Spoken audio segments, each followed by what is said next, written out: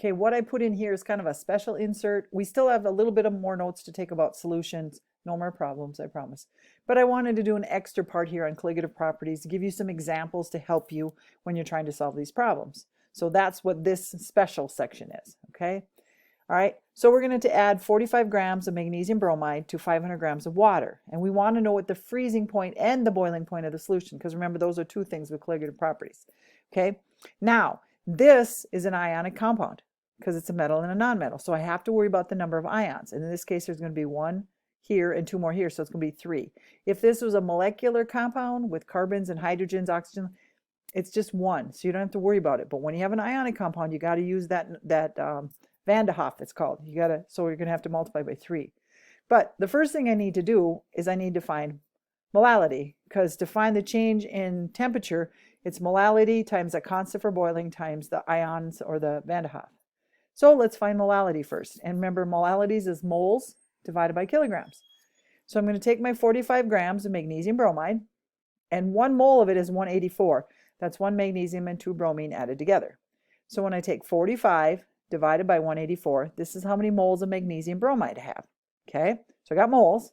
Now I'm going to divide by its kilograms. Okay, here's kilograms. I have 500 grams. Remember, move the decimal over 3. So it's 0.5 kilograms. So when you divide that out, the number of the molality is 0.489. Okay, that's really the hardest part. So now I got molality. Okay, so if I'm going to do freezing point, I got to multiply by the constant for freezing. If I'm going to do boiling point, I got to multiply by the constant for boiling. Okay, so freezing point, I take my molality times 3. The 3 is my number of particles. Okay, there's 1 here, 1 magnesium ion, and 2 bromine ions. That's why I get the 3. And then negative 1.86 is its freezing point constant. So it's going to lower the freezing point, negative 2.73. That's also the new freezing point because water freezes at 0. Okay, for boiling point, same thing, molality, 3 as well. And then I think your book uses 0.52. The books that I used to use 0.51. So, use what your book has. That's what I switched these to. It's not that big of a deal, but anyway, 0.52 is the constant for boiling. So we take this times this, and we get 0.76. So now my new boiling point would be 100.76 because this is changing boiling point. This is a new one because water normal boils at 100. So that's how you do boiling point and freezing point. Okay, if this is in an ionic compound, then you don't have to do this step. But remember, colligative properties is the number of particles. So we got to take into account the number of particles. Okay, vapor pressure. Now remember, that's the pressure above the solutions that help keep particles dissolved. Okay, so what is the vapor pressure of a solution if 4 grams of lithium chloride is added to 265 grams of water? Vapor pressure is the mole ratio, the mole fraction, times the old vapor pressure. And if you're talking about pure water, its vapor pressure is 23.8 millimeters of mercury. So what we're going to do is we're going to have to find the moles of lithium chloride and the moles of water. Okay, because it's the mole fraction first. So it's the moles of solvent over the moles of solution. So for water, I take 265 divided by 18 because that's the mass of water, and I get 14.7 moles. This is the solvent. Okay, then I take my lithium chloride. It says I have 4 grams, and lithium chloride's mass is 42.5. That's what it weighs. So when I divide it out, I get 0.094 moles of lithium chloride. So to get my mole fraction, you take 14.7, the moles of the water or the solvent, over the moles of the solution. So I have to add these two together. This is a common boo-boo. This is what a lot of people like to do. They like to take the moles of this divided by the moles of this. No, it's the moles of the solvent over the moles of the solution. So then you add these two on the bottom. So make sure you don't just take this divided by this. That's not going to work. You're going to get a crazy number. Okay. So anyway, that's how you get your mole fraction. Then all you do is take this number and multiply it by the old pressure. And now you get the new pressure. And you can see it doesn't change it a whole lot. But if you're only adding 4 grams, that's like adding a penny full of lithium chloride. You're not adding a lot. So that makes sense that it doesn't affect it very much. But so when you're doing vapor pressure, you have to find the mole fraction. You have to find the moles of water, which is usually your solvent, and the moles of your solute. But remember, you take the moles of your water over the moles of the two of them added together, because that's the mole of your solution. Okay? And then once you get that number, you just multiply it by whatever the original vapor pressure is, and you'll get your new pressure. Okay? That's vapor pressure. Okay? All right, what if we go backwards now? I have a solution, the C2H6, that would be ethane. Would you, how much of this do you need to add to 495 grams of water to make the solution freeze at 6.3?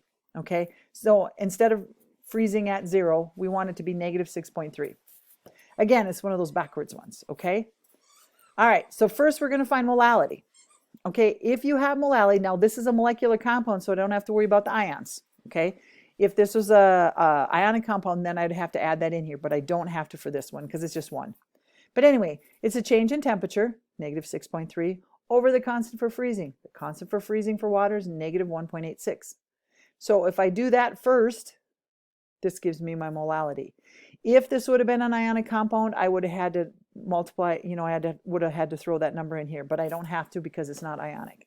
If this was, it would be, negative 1.86 times whatever amount of ions there is there. So it'd be a little bit smaller, okay? Anyway, got our number. So now I got molality, and now using that number, I've got molality and I've got kilograms, 0.495, because again, this is grams, change it to kilograms. When I multiply molality times kilograms, I get moles. Okay, so now I got moles of C2H6. Now, if I had a mole meter, I could be done. I would just throw and measure out 1.676 moles of ethane, but I don't have a mole meter, but I do have a scale. So I want to do one more step. I want to take my moles and I want to multiply it by the formula mass of C2H6. If you add those together, it's 30. So if I take that times that, I get 50.3 grams. So if I add 50.3 grams of C2H6 to 495 grams of water, now instead of freezing at 0, it's going to freeze at negative 6.3. That's how much I need to add, 50.3 grams, and add it to my water, and now it'll freeze at negative 6.3 Celsius instead of 0. Okay, that's how you do the backwards ones. Okay, all right. Osmotic pressure was in the notes. Probably usually what you have to do with osmotic pressure is you have to find your molarity. The rest of it, R is the gas constant, that never changes. The temperature in Kelvin, take the temperature, add 273 to it, and then find your molarity. And then you have your number of ions. Again, that's the same as the other ones. I've got a spot on my computer. Okay, so this is the weird, oh, sorry, oops. This is the only symbol I could find that was close to osmotic pressure. Like I said, it looks like pi. It's kind of weird. But I is the number of ions. So if we look at this one, it's going to be 3 and 2. It's going to be 5. That's the number of ions in here. So there's a lot of particles in there. We're going to have to find our molarity. And we know, hang on a second. Shut up, both of you. Oh, these dogs, you guys. Anybody wants a dog, I tell you what. R is the gas constant, which is 0.0821. That never changes. And then your temperature has to be in Kelvin. So really all you have to find is your molarity. So if we're going to find our molarity, we have moles over liters. Let's find our moles. Take our 45.8 moles, or grams, excuse me, of magnesium phosphate. Its formula mass, what it weighs, is 263.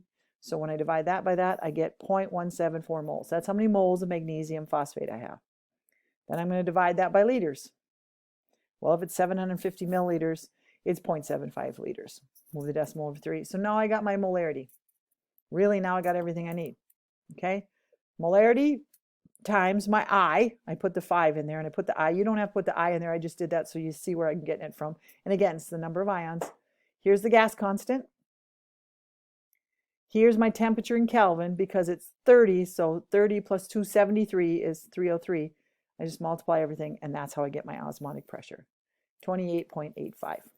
That's the pressure that's needed to keep the liquids even. That's how much pressure you have to apply. Otherwise, they're going to vary according to how many particles they have. Okay? And again, particles depend, changes the pressure. That's what colligative properties are. Adding particles to mess with pressures, okay? Or mess with the interactions in the particles. And so it changes the freezing point, the boiling point, the vapor pressure, and the osmotic pressure. Those are the 4 things. Okay, I threw one more in here just because we didn't talk about these a lot when we talked about solution concentrate. They're not super hard, but I just threw it in here for a little extra practice, okay? And I had time. Okay, what's the mass percent of a solution made by adding 5.6 grams of solute dissolved in 58 grams of solution? This is a solution concentration problem. It is not a colligative, but again, I had time. I threw it in there. Again, remember, a percent mass, most of these problems we have to find moles. We don't have to find moles on these ones. You just take the mass of the solute divided by the mass of the solution and then multiply by 100. Hang on a second. Give me that. Ooh, dogs. So we take 5.6, the mass of the solute. And then we divide by the mass of the solution. It says 50 grams of solution. Now, if it said solvent, we would have to add these two together, but we don't. This is in solution. So you get 0.096 or 9.6%. So this, if we add 5.6 grams or whatever our solute is to this solution, it's 9.6%, whatever this is, and the other, what is that? 90.4% is water or whatever your solvent is. Okay. Again, I just threw that on there because I didn't talk about those very much. They're pretty simple, but anyway, I wanted to do this. The next part, we will finish up the notes for chapter 13, but I wanted to do extra with the colligative properties just in case you had questions, and hopefully this will help you. I'll also put this PowerPoint without me babbling on it so that you can look at it if you need to, okay? So that is it for this little colligative property review.